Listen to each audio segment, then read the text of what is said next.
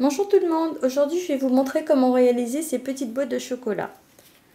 Donc, les voici, c'est des swaps que j'ai échangés ce week-end avec mes collègues Stampin' Up, on s'est fait des petits cadeaux. Et donc je trouvais que c'était sympa de créer des petites boîtes où on pouvait glisser une carte visite derrière et un chocolat à l'intérieur. Donc je vais vous montrer comment on va réaliser ces boîtes-là. Alors, il vous faut tout simplement pour commencer un morceau de papier de 16 cm par 14,85. Donc, on vient faire le premier pli à 5 cm, ensuite à 5,5, puis à 10,5, puis à 11. Donc, il va vous rester 5 cm.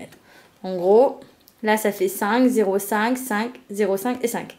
Donc, dans l'autre sens, alors là, c'est un peu plus compliqué. Il faut marquer le pli à 3,68 de chaque côté, donc ici et ici, et puis sur un des deux côtés, tout simplement, on va venir marquer, enfin couper carrément à 1,30 de cette ligne, pardon, à 1,30 de cette ligne et à 1,30 de cette ligne. Ça fait qu'il va vous rester à peu près 5 cm de ce côté-là. Donc maintenant, je vais vous montrer le petit schéma parce que j'ai essayé de faire un petit dessin quand même. Donc ça c'est la feuille. Comme on a dit, 16 cm par 14,85, 5, 0,5, 5, 0,5 et 5. De ce côté-là, 3,68 et cette mesure fait 1,30 à peu près. Voilà. Une fois que c'est coupé, ça, on obtient ceci. Et puis, à l'aide de la perfo, la super perfo que j'ai essayé de reproduire, mais je suis hyper nulle en dessin. Donc, la perfo festonnée de chez Stampin' Up, toujours. On vient la passer sur les trois côtés là. Donc, là, comme j'ai déjà commencé à marquer mes plis, donc voilà, je vais faire la découpe avec vous. Donc je viens enlever tout ce qui est sur mon schéma en rouge que je n'ai pas besoin. Voilà.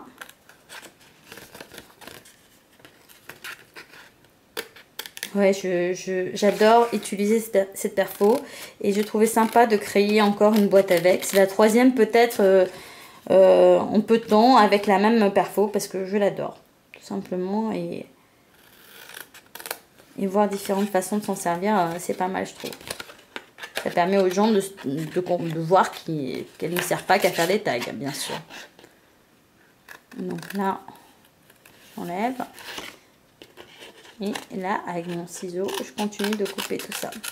Donc, on obtient ceci, comme sur le schéma que j'ai essayé de reproduire là. C'est rigolo, c'est pas très bien fait, mais bon. Alors, là, ce qu'il va falloir faire, c'est venir passer la perforatrice là-dedans pour pouvoir obtenir cette jolie forme. Donc, normalement, elle rentre pile poil. Je vérifie quand même à l'arrière que je sois bien positionnée.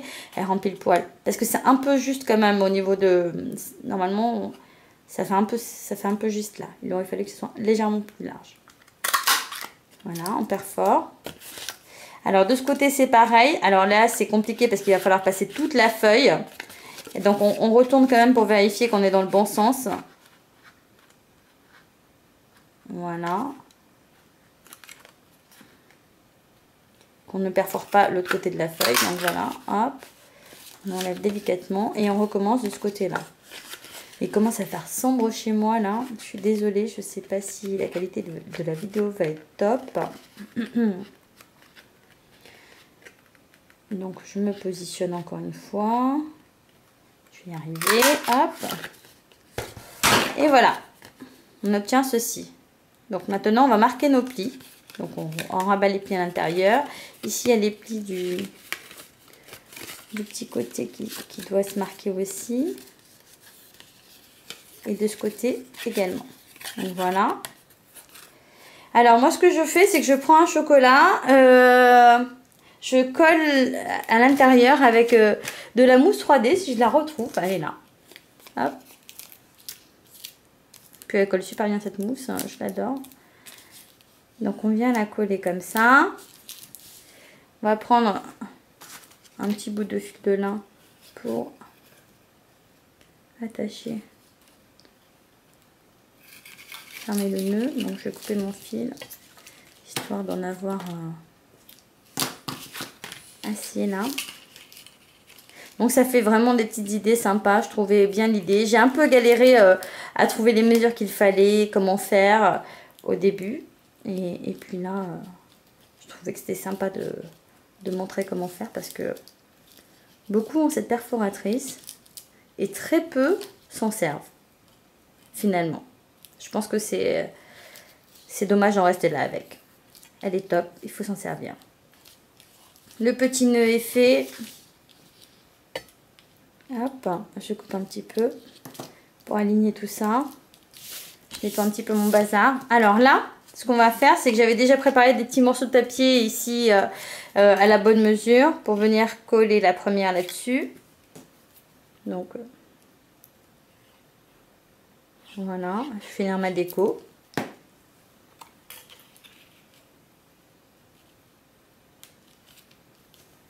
Voilà. Le deuxième papier, en fait, après je vais mettre du ruban et je vais la fermer comme ça. Donc c'est vraiment sympathique. Le deuxième papier, c'est du murmure blanc et je suis venue... j'ai eu envie de le tamponner avec le set de tampons resplendissantes parce que franchement, celui-ci c'est une tuerie tout simplement. Je crois que c'est le set de tampons que j'ai vendu le plus depuis que je suis démo chez Stampin' Up. C'est celui-ci. Il a un grand succès.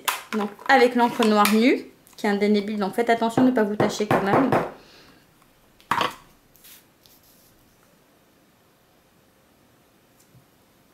Voilà, et puis ma petite dame elle rentre pile poil, hein. Vous avez vu, c'est top.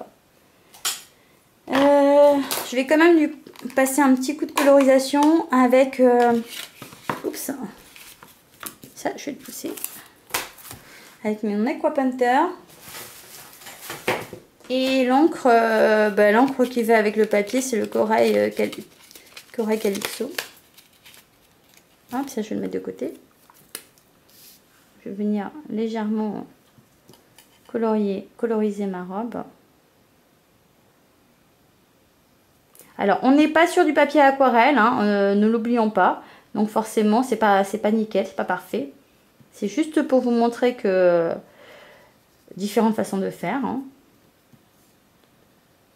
Normalement, le mieux, effectivement, c'est d'utiliser le papier aquarelle. C'est plus épais. Puis là, j'essaie d'aller assez vite quand même, parce qu'on manque de lumière chez moi. Et voilà. Et pour le chapeau, moi, j'ai eu envie d'utiliser les pinceaux paillettes de chez Stampin' Up. Pour le coup, je vais prendre or pour le chapeau. Comme ça, ça va faire ressortir un petit peu... Voilà. Je sais pas ce que vous voyez. Voilà. Et ça, je viens le coller sur ma petite pochette. Donc, c'est vraiment sympa. Hop.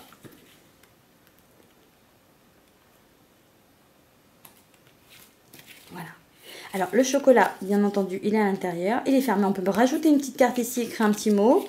Là, on ferme à l'arrière. Et on va se servir ici du ruban vanille avec un petit liseré doré à l'intérieur. C'est trop mignon.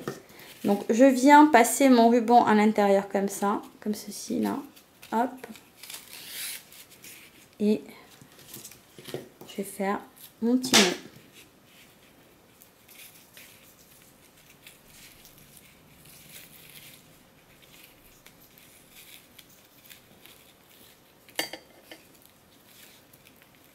Un joli petit nœud. Si j'y arrive.